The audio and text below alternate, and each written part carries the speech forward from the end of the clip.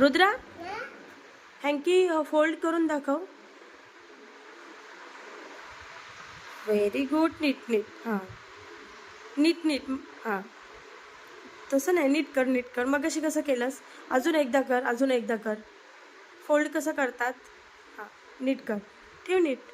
Very good. हां ठेव ठेव ठेव. हां आता फोल्ड कसं करतात की नीट करायचं तसं. हां कर कर. येईल तुला, येईल ना? Very good. हां हां